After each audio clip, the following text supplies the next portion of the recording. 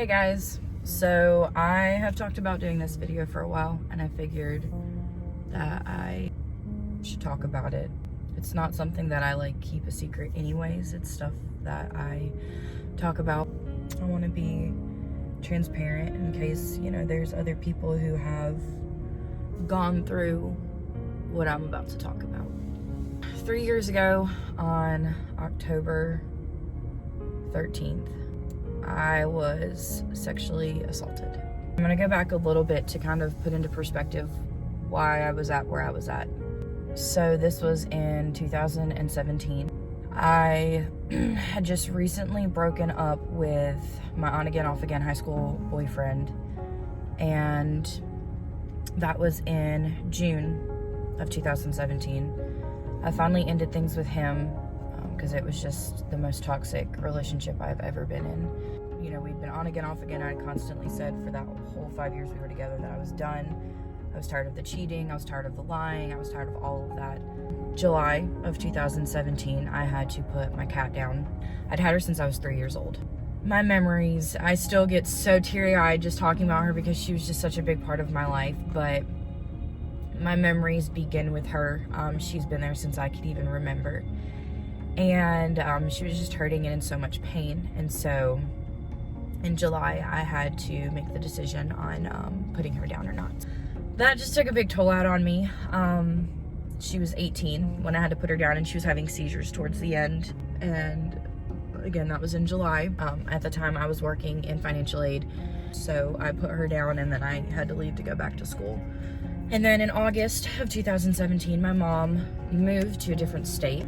She was trying to better herself for our family, and her and my dad made the decision that it was best for her to move to Florida. They are married, they're happily married, but it was just a sacrifice my parents made.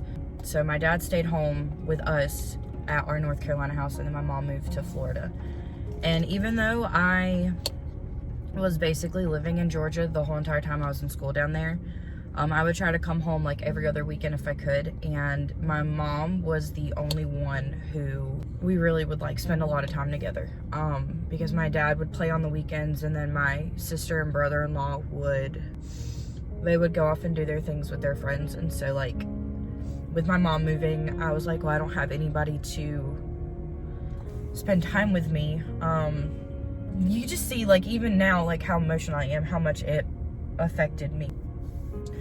But I was proud of her, and I still am proud of her. She's still living in Florida right now, and my dad's actually moving here in a couple months to go with her. But you just see like how much it affects me even now, of going on 3 years of being used to her being gone. She was the only one who I actually was able to spend time with on the weekends, because she was the only one who was really home, and so we would always spend time together. And so obviously that affected me really bad. Because when I got home on the weekends, I just was always gone to like my friend's house, because they were always busy or working. And so it was just really hard. I just kind of got really depressed especially after my mom moved. That was kind of like the third thing that just broke me. That was 3 huge things that maybe if they'd happened like years apart, I would have been able to cope better. I just got really depressed, and I started going on Tinder, and that was not the best decision. I was just like looking to fill a void. The girl I was hanging out with in college at the time, she had a lot going on in her life at that time too. We both kind of just like leaned on each other, and it wasn't the best. She's an amazing person. I'm grateful for her being there in general. We found these 2 guys who were friends. She matched with the friend, I matched with the friend, and we ended up meeting with them one night. I was so numb at this point, guys, that I didn't have any red flags going off. We ended up drinking that night and drank way more than we needed to. But just like my mindset was like, I felt so good for the first time in months. I didn't consent to anything happening that night because of the state I was in. I was just so happy to not be numb anymore. I would rather be sad and feel my heart breaking in my chest than to ever be numb again. I was sexually assaulted that night, and I wasn't gonna say anything because I'm like, it's my fault. It wasn't my fault. And anyone who is in that situation, it is not your fault that someone took advantage of you. If you did not say you wanted it, it is not your fault that it happened. It's the other person's fault. I opened up about what had happened, and it was so, I don't even know. Like, it was just one step closer to beginning the healing process, because I was just hurt. I was hurt that anyone could like do something like that to someone and not even feel bad about it. I ended up getting help. I mean, it was only a few days, and it just felt so heavy to walk around with. I knew I needed to get help, and not very many people are brave enough or strong enough or in a place stable enough and get the help that they need. It's a scary thing to go through. It's a scary thing to talk about. It's a scary thing to like relive in your mind over and over and over again.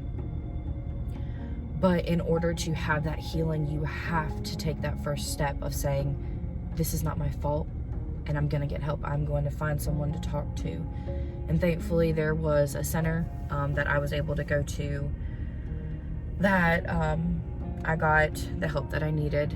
I was able to go to therapy. I started off once a week, and just to talk about everything in my life that had led me to that point. But even with going to therapy, I still felt so broken, and it affected the next 2 years of my life. Things didn't change until my husband came into the picture, and I can't even begin to explain how thankful I am for him. He saved me, because those 2 years of my life after it happened were so scary, and I hated myself. But when something like that happens to you, and when someone takes advantage of you in that kind of way, you just feel nothing. So at least everything that I was doing, I was in control of, but I didn't care. I didn't care about anything. I didn't care about myself. I didn't care about anybody else. I didn't care who I hurt or who hurt me, because I was in control, or I thought I was.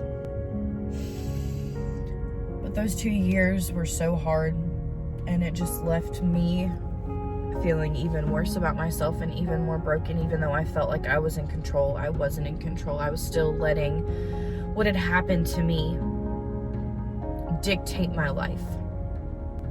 I had my friends worried. I don't know if my parents were worried, because honestly, they didn't know what was going on in my life, and I didn't talk to them about it because I knew that they would be so disappointed in me, because I was disappointed in me, but I didn't care. I scared them the way I was talking, because they know me, and they didn't know what to do to help me. I wanted them to hold me accountable for what I was doing, and I would talk to them about it.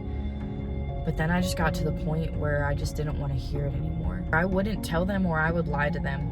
And they know this. It's not anything that they haven't been told. They know, because I've come clean about it. But it was so scary for them. And it's not me just assuming. We have had these discussions. We have talked about that point in my life where I was just so broken. So I know they were scared of me. They didn't know how to pull me out of this. I didn't know how to pull me out of this. I was just so far down that it felt like I would never see the surface again. I was drowning, and I was pulling myself under. I went through those 2 years of bouncing around looking for any kind of love I could get. And then last year, it was literally God. Lexi and Adriana were talking, and Jericho came up. And I'm like, oh my God, I remember him from middle school. I had a crush on him when he first came in, and I was like, he's the cutest thing ever. And I thought about this a couple weeks ago. It's funny that you could walk past the man you are going to marry and not even know that that is the one who you're supposed to be with. And even though everything I went through sucked, it made me who I am today.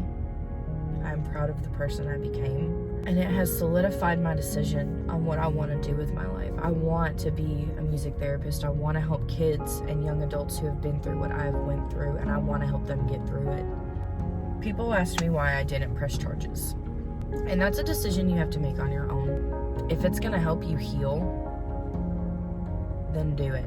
If it's not going to help you heal, if it's going to do nothing but cause you more anxiety, don't do it.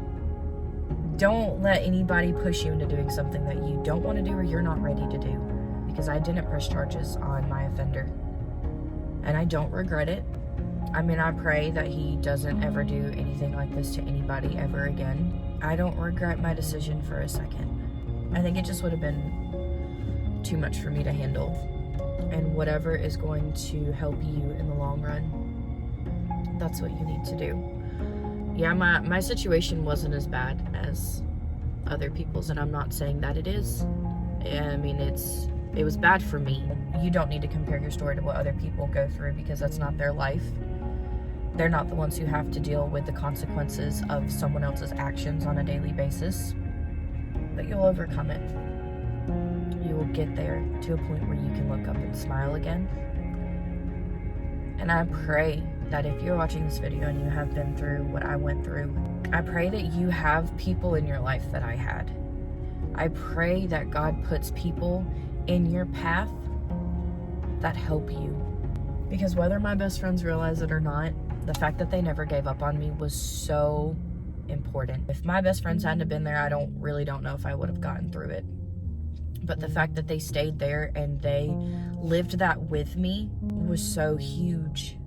So if you're that person who is watching someone you love go through this, don't step away from them. I know it's hard when they're trying to push you away, but don't step away from them. That's what I want to leave you guys with.